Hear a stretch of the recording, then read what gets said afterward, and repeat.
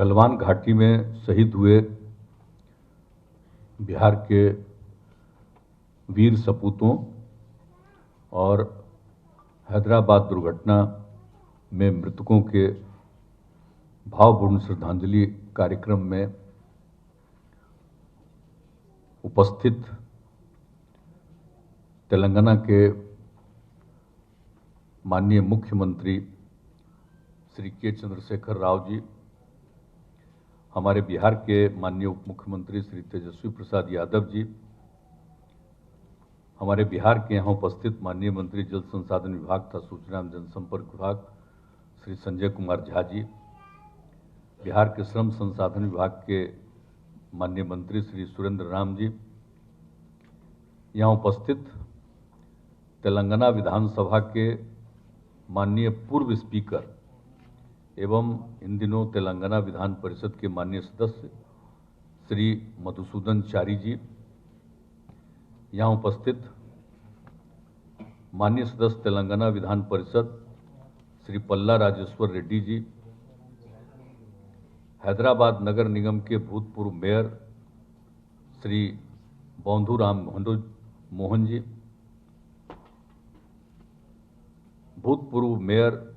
करीमनगर नगर निगम श्री रविंद्र सिंह जी, महासचिव तेलंगाना राष्ट्र समिति टीआरएस श्री आर श्रवण कुमार रेड्डी जी, तेलंगाना सरकार के मुख्य सचिव श्री सोमेश कुमार जी, बिहार सरकार के मुख्य सचिव श्री अमीर सुभानी जी, बिहार राज्य आपदा प्रबंधन प्राधिकरण के माननीय सदस्य श्री मनीष कुमार वर्मा जी, श्रम संसाधन विभाग के प्रधान सचिव श्री अरविंद कुमार चौधरी जी, गृह विभाग के अपर मुख्य सचिव श्री चैतन्य प्रसाद जी, वित्त विभाग के अपर मुख्य सचिव श्री एस सिद्धार्थ जी, सामान्य प्रशासन विभाग के प्रधान सचिव बी राजेंद्र जी, तेलंगाना के माननीय मुख्यमंत्री के सचिव श्री राहुल बुज्जा जी और तेलंगाना राज्य से आए हुए अन्य सम्मानित अतिथिगण, पदाधिकारीगण और कार्यक्रम में उपस्थित गलवान घाटी में शहीद हुए वीर सपूतों एवं हैदराबाद दुर्घटना मृतकों के यहाँ उपस्थित सभी परिजन, विशिष्ट अतिथिगण, प्रिंट एवं इलेक्ट्रॉनिक मीडिया के सभी मित्रों, पत्रकार मित्रों, छायाकार बंधुओं और इस कार्यक्रम में उपस्थित बहनों एवं भाइयों, मैं सबसे पहले स्वागत करता हूं श्री के चंद्रशेखर राव जी का कि वे बिहार आए हैं और उन्होंने ये खबर दिया था कि हम ये चाहते हैं, तो हम लोगों ने कहा कि जरूर आप आइए और आज उन्होंने आने का समय निर्धारित किया और आज यहाँ उपस्थित हुए हैं। ये बड़ी खुशी की बात है और सब तरफ से सारी बातें कह दी गई। भाई तेजस्वी जी ने भी बातें की, चंद्रशेखर राव जी ने भी बातें की और सोमेश कुमार जी ने भी कुछ बातें कही, आमिर सुभानी जी ने भी बातें कही। तो आप सब लोगों को तो मालूम ही है कि ये लद्दाख क्षेत्र में अवस्थित गलवान घाटी में शहीद जो हुए थे, बिहार के वीर जवानों के परिवारों को सम्मानित करने के लिए और हैदराबाद में जो स्क्रैप गोदाम में आग लगने के कारण जो दुर्घटना हुई थी, तो उसके जो पीड़ित थे और उन सब के परिजनों को अनुग्रह राशि देने के लिए इन्होंने ये चर्चा की थी और उसी के लिए कार्यक्रम आयोजित हुआ और सब लोगों ने देखा कि उन सबके परिवार के लोगों को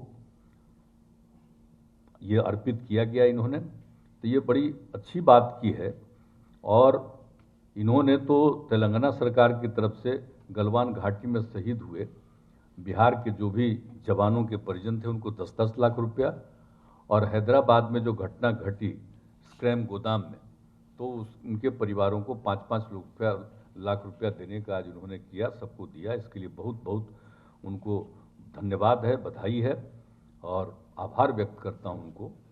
और हम उनको भी बता देना चाहते हैं कि जो गलवान घाट, लद्दाख क्षेत्र के गलवान घाटी में जो चीनी सेना का बहादुरी से मुकाबला किया गया था, तो उसी गलवान घाटी में सब लोग जो थे भारतीय सीमा में घुसने की मंशा से निहत्थे भारतीय जवानों पर हमला किया था और हमारे भारतीय जवानों के प्रति कोई हथियार नहीं था, फिर भी उन्होंने उन लोगों को खदेड़ने के लिए पूरा काम किया था। और ये उस समय की बात सबको मालूम है। और उसी में लगभग 20 लोग शहीद हुए थे और उन लोगों ने जो गोली चलाई और सब कुछ किया उसके चलते हुए, ये बहुत दुख की बात थी। ये बात तो सबको मालूम ही है कि 2020 में 15 जून को ये घटना घटी थी। तो इसको लेकर के तो सब लोगों को तकलीफ हुई ही थी। और जो कुछ भी था और केंद्र सरकार की तरफ से जो कुछ भी आर्मी के साथ हुआ है उसके लिए जो दिया जाता है, और उसके अलावे हम लोगों ने भी राज्य सरकार में ये तय कर लिया था कि शहीदों के परिवारों को, 5 शहीदों के परिवारों को 11-11 लाख रुपए का अनुग्रह अनुदान देंगे। और इसके अलावे मुख्यमंत्री राहत कोष से उन 5 शहीद के परिवारों को 25-25 लाख रुपए अनुग्रह अनुदान दिया गया था। तो ये सब तो जो करना है करते ही हैं, लेकिन ये देख लीजिए, ये तो यहाँ के थे तो हम लोग कर रहे हैं, लेकिन आप जरा सोच लीजिए कि तेलंगाना से इन्होंने किया, घटना वहाँ की नहीं है,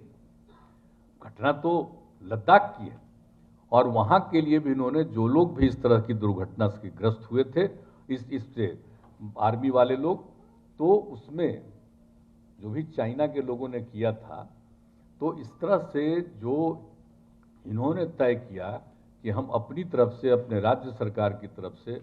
उनके परिवार को जरूर अपने राज्य सरकार की तरफ से मदद करेंगे। और उसी सिलसिले में उन्होंने चर्चा की, अन्य जगहों पर भी मदद कर चुके और बिहार में भी इनका काम बचा हुआ था, आज आकर के इन्होंने भी काम पूरा कर दिया। ये बहुत ही बड़ी बात है, आप सब लोगों ने ये सब काम कर दिया है। और जो कुछ भी था, और 23 मार्च 2022 को जो एक स्क्रैप गोदाम में जो हुआ था, 12 लोगों की मृत्यु हो गई थी। अब उसी हिसाब से आप लोगों ने भी उन लोगों के लिए यहाँ पर आकर के 5-5 लाख रुपया कर दिया है। और जब ऐसी घटना कहीं हमारे बिहार के लोग जो काम करते हैं दूसरी जगह पर, मजदूरी करते हैं, कुछ तरह की कोई घटना घटती है, तो हम लोग राज्य सरकार की तरफ से भी इसके लिए मदद करते हैं। तो इन सब लोगों के लिए जो राज्य सरकार की तरफ से, एक तो मुख्यमंत्री राहत कोष से 2-2 लाख रुपया, और एक जो है बिहार प्रवासी मजदूर दुर्घटना अनुदान योजना, उसके माध्यम से भी 1-1 लाख रुपया सबको, ये सब तो हम लोग करते हैं। लेकिन आपने सब लोगों के लिए किया और सबको वहाँ से भेजने की व्यवस्था की, तो ये सब बात, आप इस बात के लिए चिंता करते हैं और ध्यान देते हैं, ये बड़ी खुशी की बात है। और जो कुछ भी है, और हम लोगों के यहाँ दिल्ली में जो हमारा स्थानीय आयुक्त है कार्यालय, उसमें श्रम संसाधन विभाग के एक पदाधिकारी को रखा जाता है, जो एक एक इस तरह की घटनाओं के बारे में जानकारी लेते हैं, और इस तरह की कोई घटना कहीं घटती है तो तुरंत वहाँ जाते हैं और देखते हैं। तो अन्य जगहों पर तो जा करके वो देखते हैं कि अगर वहाँ से लाना पड़ेगा तो हम लोग करेंगे, लेकिन भाई आपने तो सब इंतजाम कर दिया, आप लोगों ने कर दिया। कई जगहों पर इस तरह की घटना घटती है तो बिहार सरकार की तरफ से लाने का और ये सब करने का काम किया जाता, हम लोग करते रहते हैं, लेकिन आपने ये किया है, ये आपकी इच्छा रहती है, बहुत अच्छा है। और यहाँ से तो काफ़ी लोग, अभी तो आप बता रहे थे कोरोना के दौर में, तो हमारे बिहार के लोग तो बहुत संख्या में आपके यहाँ काम करते हैं, इसमें कोई शक नहीं।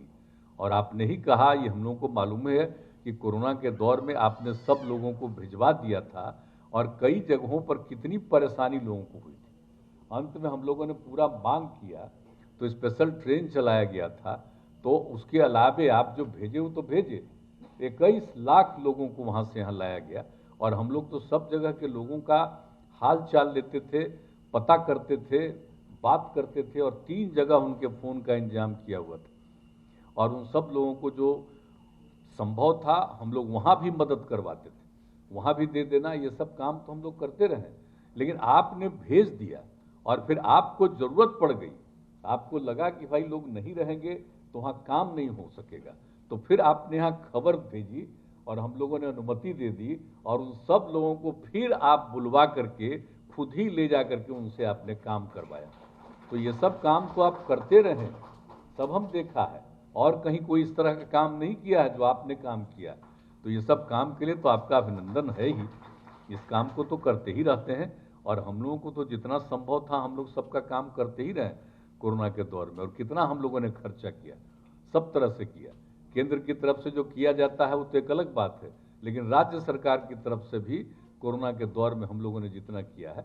आज तो देश में कहीं नहीं ना, हम लोग जो कुछ भी कोरोना से पीड़ित हो जाते हैं उनको अपनी तरफ से 2020 जब से ये शुरू हो गया 20 अब तभी से 4 लाख रुपया देते हैं उनके परिवार को। तो ये सब काम तो हम लोग करते रहते हैं, लेकिन आपने जिस तरह से वहाँ के लोगों का पर ध्यान दिया,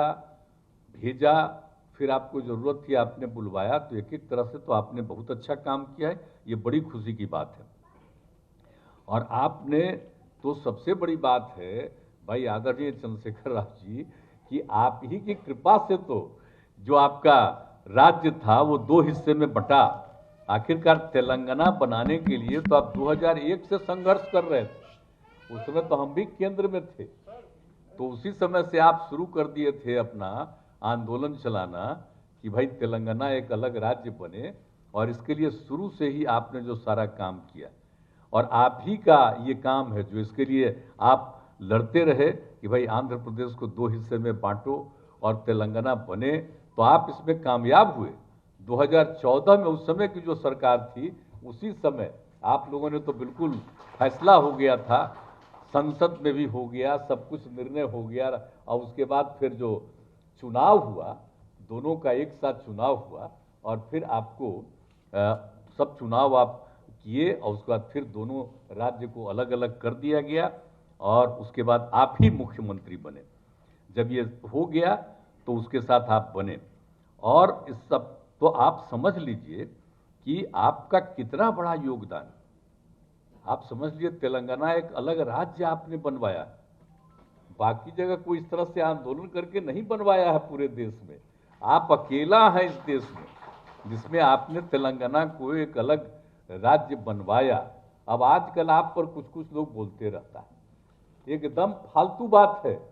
जो आदमी तेलंगाना को बनवा दिया, तेलंगाना का आदमी आपको छोड़ेगा कहीं? और कुछ लोग थे, अब तेलंगाना बना है तो आजकल जो है उन्हीं का किया हुआ तेलंगाना अलग, कि तेलंगाना उसके पहले ही अलग हो गया था, निर्णय तो उसके पहले हो गया था। इसलिए अब कौन क्या बोलते रहते हैं वो एक अलग चीज है, उसकी चिंता आपको न रहे। आप एकदम पूरा मजबूती से, और जितना अपने पूरे इलाके का और अपने इस तरह का काम करते रहते हैं, और हम लोगों के यहाँ भी वहाँ काम करता है, तो सबसे तो मालूम होता है कि भैया पूरा का पूरा तेलंगाना के विकास के लिए सब तरह का काम करते हैं। और जरा देख लीजिए कि जो सबसे बड़ी बात थी कि दक्षिण भारत का एकमात्र राज्य है दो हिस्सों तेलंगाना आंध्र प्रदेश में बटा, ये तो एक अलग बात है, लेकिन जो सबसे बड़ी बात है कि आप समझ लीजिए कि कितनी बड़ी चीज आप लोगों ने किया था। आपने जो काम किया कि मिशन भागीरथी योजना, जिसके तहत गोदावरी एवं कृष्णा नदी से पानी लेकर तेलंगाना के गांव-गांव तक आप लोगों ने पहुंचा दिया। लोगों को पीने के पानी का संकट था, और हर जगह लोगों को हर घर तक पीने का पानी पहुंचा दिया। ये कोई मामूली बात है? हम लोगों को तो बड़ी खुशी होती है। हम लोगों ने भी 2016 में जो 7 निश्चय घोषित किया था, और उसमें हम लोगों ने तय किया था हर घर नल का जल। अब भी हम लोग भी लगभग हर जगह हर घर नल का जल पहुंचा दिए।